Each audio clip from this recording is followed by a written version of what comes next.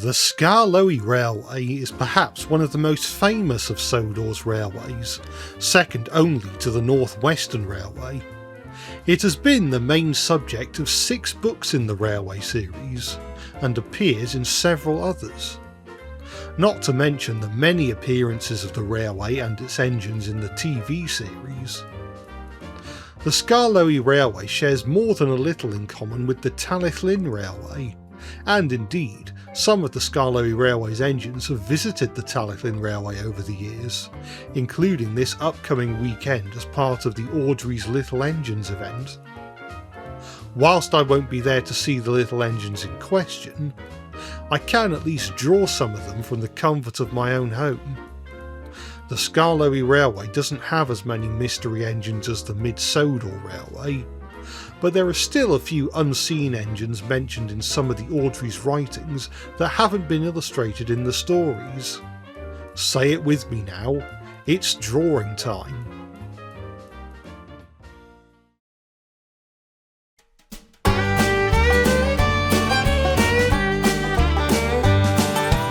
Fred was built using parts of 2 Hunslet narrow gauge diesel shunters that were acquired from the National Coal Board in the 1980s, and is the same design as the Talyllyn Railway's number 9, Alf. Fred is quite interesting in the sense that he is actually mentioned in one of the numbered Railway series books, New Little Engine. He is not the new engine in question. That honour goes to Ivo Hugh.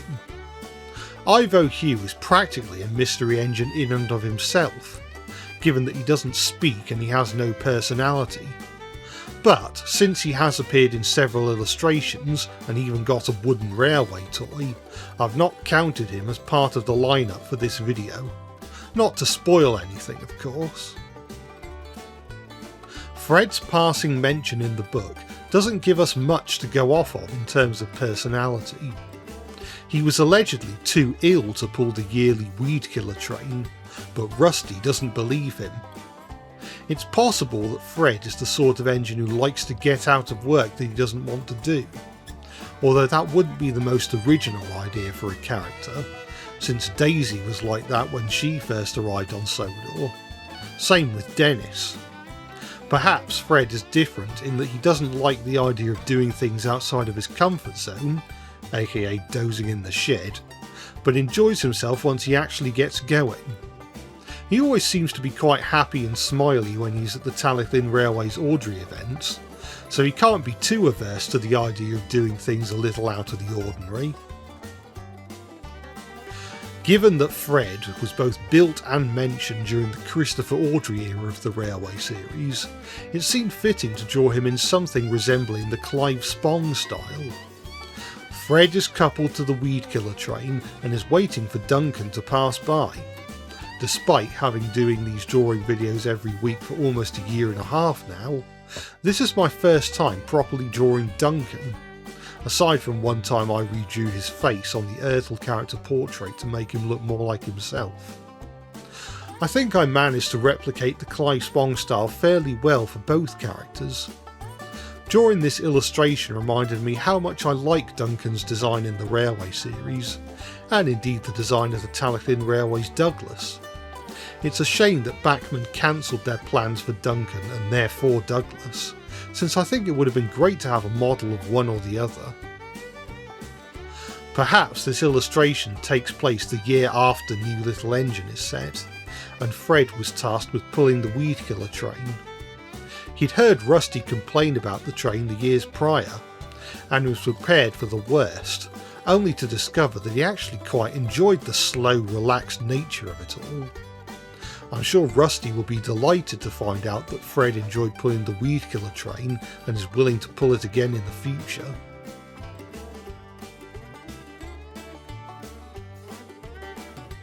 But, with all that said, here is the completed drawing.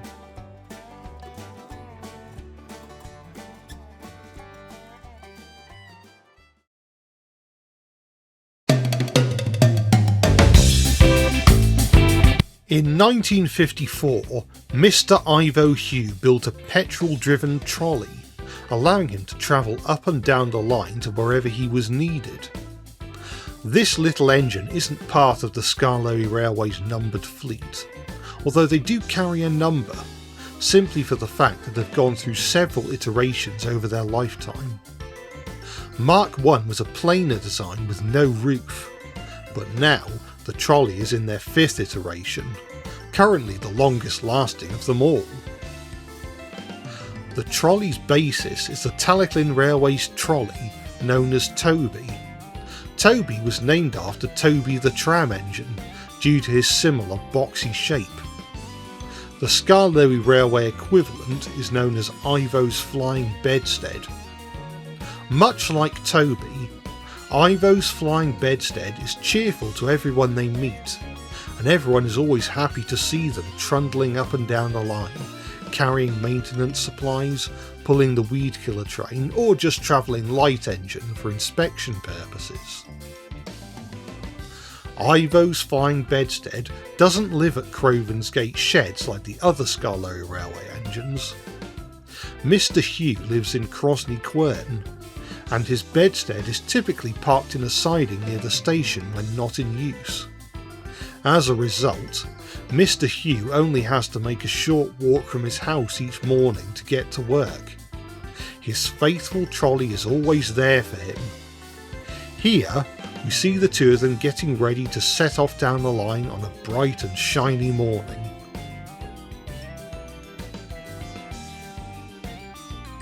And so, here is the completed illustration.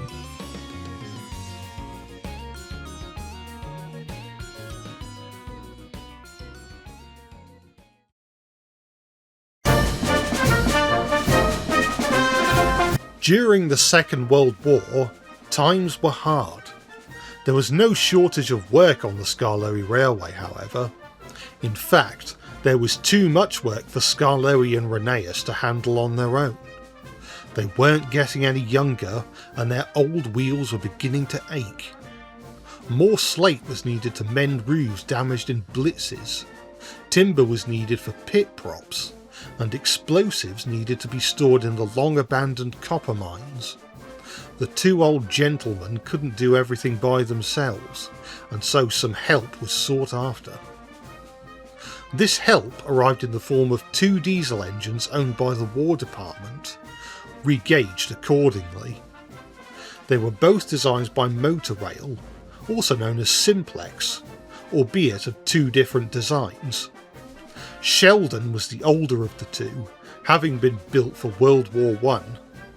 He was a 40 horsepower armoured locomotive, whereas his partner in crime, Keith, was quite young at the time, having been built in the 1930s. Skarloey and Rheneas were very grateful for the help, though they sometimes found the diesel engines to be a bit much. Sheldon in particular, whilst he had good intentions, was very shouty and comparable to a drill sergeant, frequently ordering the other engines about. Skarloey and Rheneas knew the importance of the work that needed to be done, and although the 2 engines appreciated Sheldon's enthusiasm, they felt as though they'd rather be hearing their instructions from the people in charge of the railway, rather than these young engines who had only just arrived on the line. Keith was a little different. He was young, inexperienced, and sometimes made mistakes. The other 3 engines acted as mentor figures to Keith, where and when they could. They would often assume a good cop, bad cop role, with Skarloey and Rheneas giving him words of encouragement, and Sheldon chastising him for the things he'd done wrong. Keith could sometimes be a bit cheeky. He knew how to push Sheldon's buttons, and sometimes would deliberately do things wrong just to wind him up. Skarloey chimed in to remind Keith that he still has an important job to do, and while Sheldon can be overbearing, getting back at him shouldn't take priority over their work. Keith matured a lot during his time on the Skarloey Railway, and all 4 engines worked as hard as they could during the war. When the war came to an end in 1945, it was bittersweet. The job was completed, but the two diesel engines would be leaving the railway. Skarloey and Rheneas would now have to run the railway by themselves again, and if they were old and tired before the war, now they were even more so.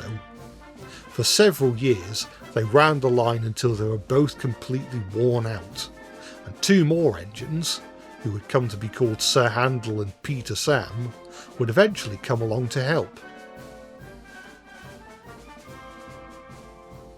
And, with that said and done, here is the completed image.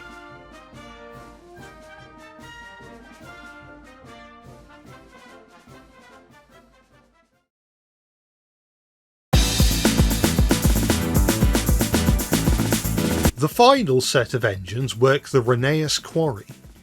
For a long time, the Skarloey Railway's main source of income was the Skarloey quarry, where copper and eventually slate was mined.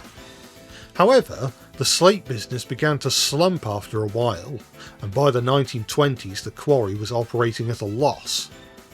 However, in the early 1950s, slate was discovered in the hills north of Rheneas, and a slate quarry opened there.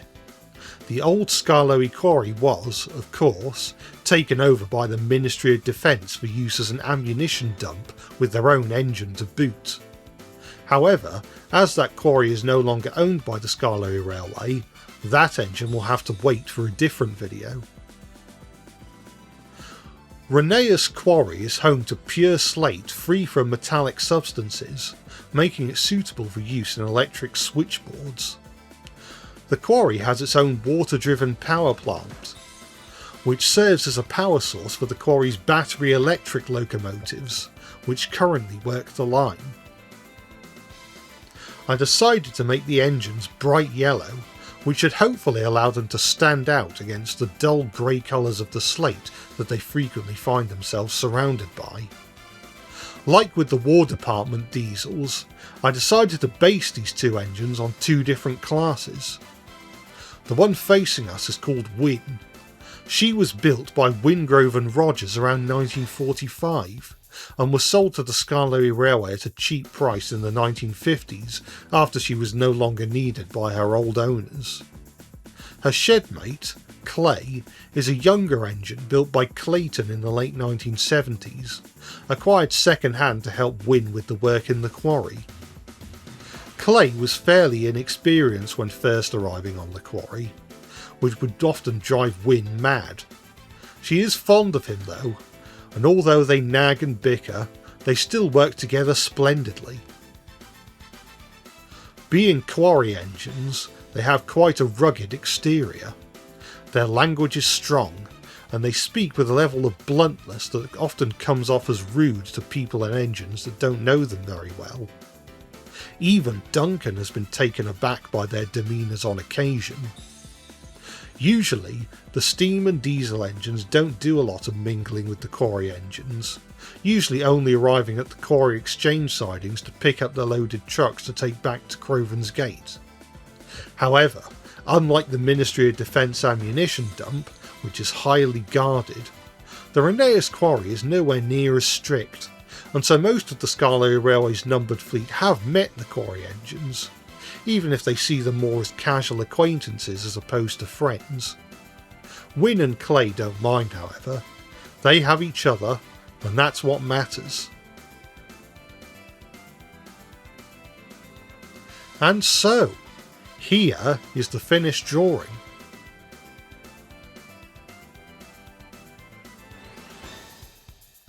And there we have it. The mystery engines of the Skarloey Railway, illustrated and expanded upon for your pleasure. It's been nice covering some good old-fashioned mystery engines of the Railway series once again, even if the well of such engines is drying out like the Skarloey copper mine.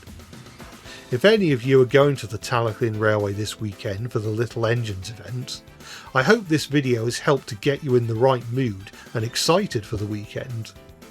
But regardless, I hope you've enjoyed this video, and don't forget to like, hype and leave a comment, and be sure to subscribe if you haven't already.